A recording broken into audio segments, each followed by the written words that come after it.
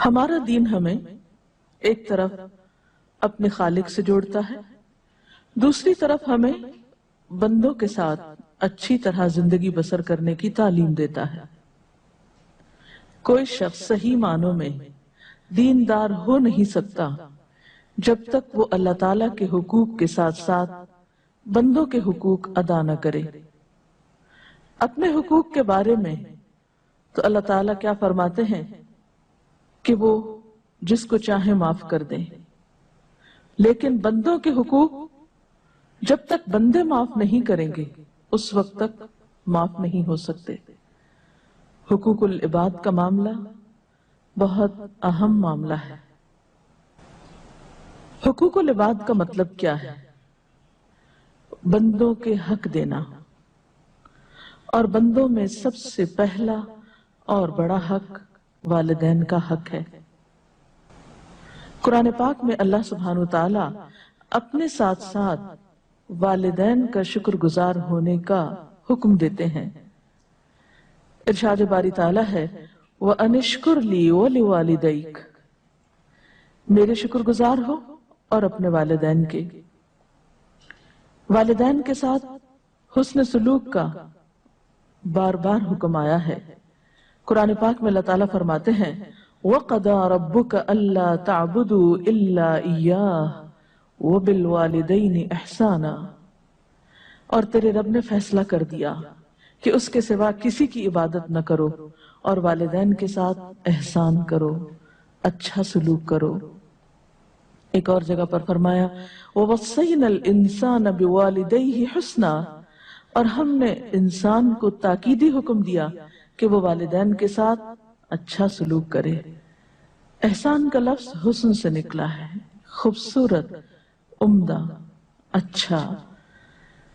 ایک حدیث میں آتا ہے، حضرت ابو امامہ روایت کرتے ہیں کہ ایک شخص نے نبی صلی اللہ علیہ وسلم سے پوچھا کہ یا رسول اللہ صلی اللہ علیہ وسلم، ماں باپ کا حق کیا ہے؟ یعنی اولاد پر ماں باپ کا کیا حق ہے؟ فرمایا دونوں تیری جنت اور تیری دوزخ، یعنی اگر تم نے ان دونوں کے ساتھ اچھا سلوک کیا تو تم جنت کے مستحق ہوگے، اور اگر نہیں کیا تو پھر دوزخ تمہارا مقدر ہوگی۔ سوال یہ پیدا ہوتا ہے کہ والدین کے ساتھ احسان یا حسن سلوک کس طرح کیا جائے، اور اس میں کیا کیا چیزیں شامل ہیں تاکہ ہم اپنے والدین کا حق صحیح طور پر ادا کر سکیں۔ سب سے پہلی بات تو یہ ہے کہ ہمیں والدین کے لیے شکر گزاری کے جذبات رکھنے چاہیے، جیسا کہ ارشاد باری تعالیٰ ہے اَنِ اشْكُرْ لِي وَلِوَالِدَيْكَ، اور شکر گزاری کا مطلب کیا ہے کہ انسان والدین کے لیے دل میں محبت کے جذبات رکھے، قدردانی کے جذبات رکھے، ان کے احسانات پر زبان سے بھی شکر ادا کرے اور پھر جواباً ان کی اطاعت بھی کرے۔ والدین کو خوش رکھنا یہ بھی احسان کی ایک شکل ہے۔ حضرت عبداللہ بن عمر کہتے ہیں کہ نبی صلی اللہ علیہ وسلم نے ارشاد فرمایا اللہ کی خوشنودی والد کی خوشنودی میں ہے، یعنی اگر والد خوش ہے تو اللہ تعالیٰ بھی تم سے خوش ہیں، اور اللہ کی ناراضگی والد کی ناراضگی میں ہے۔ ایک اور حدیث میں آتا ہے کہ ایک آدمی اپنے ماں باپ کو روتا ہوا چھوڑ کر نبی صلی اللہ علیہ وسلم کے پاس ہجرت پر بیعت کرنے کے لیے حاضر ہوا، تو آپ نے اس شخص کو واپس لوٹا دیا اور فرمایا جاؤ اور جا کر ان کو خوش کرو جس طرح تم انہیں رلا کر آئے تھے۔ گویا والدین کو خوش رکھنا اولاد کی ذمہ داریوں میں سے ایک ہے۔ پھر اسی طرح زبانی کلامی خوش بھی نہیں رکھا جا سکتا جب تک ان کی خدمت نہ کی جائے، اس لیے حسن سلوک کی ایک اہم کڑی کیا ہے کہ سب سے پہلے والدین کی خدمت کی جائے۔ اس سلسلے میں ہم دیکھتے ہیں کہ آپ صلی اللہ علیہ وسلم نے فرمایا وہ آدمی ذلیل ہو پھر ذلیل ہو پھر ذلیل ہو، یعنی 3 بار آپ نے یہ بات فرمائی۔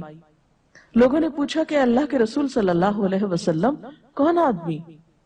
فرمایا وہ آدمی جس نے ماں باپ کو بڑھاپے کی حالت میں پایا، دونوں کو پایا یا ان میں سے ایک کو پایا، اور پھر ان کی خدمت نہ کی اور اس طرح جنت میں داخل نہ ہوا۔ تو گویا والدین کی خدمت جنت میں داخلے کا ذریعہ ہے، جنت میں داخل ہونے کا طریقہ ہے۔ اسی طرح ایک اور حدیث میں آتا ہے کہ ایک شخص آپ کے پاس جہاد کرنے کی غرض سے حاضر ہوا، تو آپ نے اس سے پوچھا کہ کیا تمہارے ماں باپ زندہ ہیں؟ تو اس نے کہا جی ہاں۔ آپ نے ارشاد فرمایا جاؤ اور ان کی خدمت کرو، یہی جہاد ہے۔ یعنی اگر والدین کی خدمت کرنے والا اور کوئی نہیں تو ایسے شخص سے تو جہاد بھی ساقط ہے۔ اسی طرح والدین کے ساتھ عاجزی اور انکساری کے ساتھ پیش آنا، یہ بھی حسن سلوک میں شامل ہے۔ قرآن پاک میں اللہ تعالیٰ فرماتے ہیں وَاخْفِضْ لَهُمَا جَنَاحَ الذُّلِّ مِنَ الرَّحْمَةِ، اور ان دونوں کے لیے اپنے کندھے جھکا کر رکھو مہربانی کے ساتھ، یعنی ایک طرف مہربانی ہو اور دوسرے ادب اور احترام ہو۔ حضرت ابو ہریرہ نے ایک بار دو آدمیوں کو دیکھا، ایک سے پوچھا یہ دوسرے تمہارے کون ہیں، یعنی یہ تمہارے ساتھ کون جا رہے ہیں؟ تو اس نے کہا کہ یہ میرے والد ہیں۔ تو آپ نے ان کو تلقین کی کہ دیکھو ان کا نام نہ لینا، یعنی نام سے نہیں پکارنا کیونکہ یہ ادب کے خلاف ہے، کبھی ان سے آگے نہیں چلنا اور نہ کبھی ان سے پہلے بیٹھنا، یعنی ادب و احترام میں یہ چیزیں بھی شامل ہیں۔ ایک اور روایت میں آتا ہے کہ اللہ تعالیٰ نے موسیٰ علیہ السلام کے پاس وحی بھیجی کہ اے موسیٰ اپنے ماں باپ کی توقیر کرو، یعنی عزت کرو، اس لیے کہ ماں باپ کی عزت کرنے والے کی میں عمر بڑھا دیتا ہوں، یعنی جو شخص اپنے ماں باپ کی عزت کرتا ہے، ان سے عزت سے پیش آتا ہے تو اس کی عمر میں برکت ہوتی ہے، اور اس کو ایسی اولاد عطا کرتا ہوں، ایسا بیٹا عطا کرتا ہوں جو اس کی عزت کرتا ہے۔ یعنی والدین کے ساتھ حسن سلوک ان نیکیوں میں سے ہے جس کی جزا انسان کو دنیا میں ہی مل جاتی ہے، اور فرمایا جو ماں باپ کو ستاتا ہے میں اس کی عمر کم کر دیتا ہوں اور اس کو پھر ایسی اولاد دیتا ہوں جو اس کو ستائے۔ پھر اسی طرح والدین کے ساتھ محبت سے پیش آنا چاہیے۔ ابن عباس کی روایت ہے نبی صلی اللہ علیہ وسلم نے فرمایا جو نیک اولاد اپنے ماں باپ پر محبت بھری نظر ڈالتی ہے اللہ تعالیٰ اس کو اس نظر کے بدلے ایک حج مقبول کا ثواب عطا کرتے ہیں۔ آپ دیکھیے کہ حج کرنا کتنا مشقت والا کام ہے، لیکن جو شخص ماں باپ کو پیار سے دیکھتا ہے اس کے لیے اتنا بڑا اجر و ثواب لکھ لیا جاتا ہے۔ لوگوں نے پوچھا اللہ کے رسول صلی اللہ علیہ وسلم اگر کوئی شخص دن میں 100 بار ایسا کرے، یعنی 100 بار محبت سے دیکھے، تو آپ نے فرمایا جی ہاں اگر کوئی 100 بار بھی دیکھے تب بھی اللہ بالکل پاک ہے، یعنی اس کے پاس بے حساب اجر و ثواب تمہارے تصور سے بہت بڑا ہے، تنگ دلی سے پاک ہے۔ پھر اسی طرح محبت کے ساتھ دیکھنے اور پیش آنے کے ساتھ ساتھ گفتگو میں بھی محبت، ادب و احترام اور نرمی ہونی چاہیے۔ قرآن پاک میں خاص طور پر تلقین کی گئی فَلَا تَقُلْ لَهُمَا أُفٍّ وَلَا تَنْهَرْهُمَا، ماں باپ کو اف تک نہ کہو، یعنی اگر کوئی بات ان کی ناگوار گزرتی ہے، تمہیں ناپسند آتی ہے تو جواب میں اف نہ کہو اور نہ ہی ان سے جھڑک کر بات کرو، بلکہ اس کے برعکس نرمی سے گفتگو کرنی چاہیے۔ اسی طرح والدین کے لیے نرمی اور محبت اور شفقت کے ساتھ گفتگو کرنی چاہیے، نہ صرف یہ کہ ہمارے عمل سے اس کا اظہار ہو بلکہ گفتگو میں بھی اس کا اظہار ہونا چاہیے۔ ان کو برا بھلا کہنے سے پرہیز کرنا چاہیے۔ حضرت عبداللہ فرماتے ہیں کہ نبی صلی اللہ علیہ وسلم نے ارشاد فرمایا سب سے بڑا گناہ یہ ہے کہ انسان اپنے والدین پر لعنت بھیجے۔ عرض کی گئی کہ یہ کیسے ہو سکتا ہے، یعنی کوئی شخص ایسا بد نصیب بھی ہے کہ جو ماں باپ کو برا بھلا کہے؟ تو آپ نے فرمایا کہ ایک شخص کسی کے ماں باپ کو گالی دیتا ہے تو گویا اس نے خود اپنے والدین کو دی، یعنی اگر آپ کسی کے والدین کو دیتے ہیں اور وہ پلٹ کے آپ کے والدین کے، تو آپ سبب بنے اپنے ماں باپ کو برا کہلوانے کے۔ تو گویا ایسے عمل سے بھی پرہیز کرنا چاہیے جس سے براہ راست تو کیا انڈائریکٹلی بھی والدین کے لیے تکلیف اور پریشانی کا سبب نہ بنے۔ پھر اسی طرح والدین کی اطاعت کرنا، ان کی بات ماننا یہ بھی ضروری ہے، اور نافرمانی سے پرہیز کرنا چاہیے۔ اپنے ماں باپ کے ساتھ نیکی کرو، تمہاری اولاد تمہارے ساتھ بھلائی کرے گی۔ اسی طرح ایک اور روایت میں آتا ہے، آپ صلی اللہ علیہ وسلم نے فرمایا، کیا میں تمہیں بڑے گناہ کے بارے میں نہ بتاؤں؟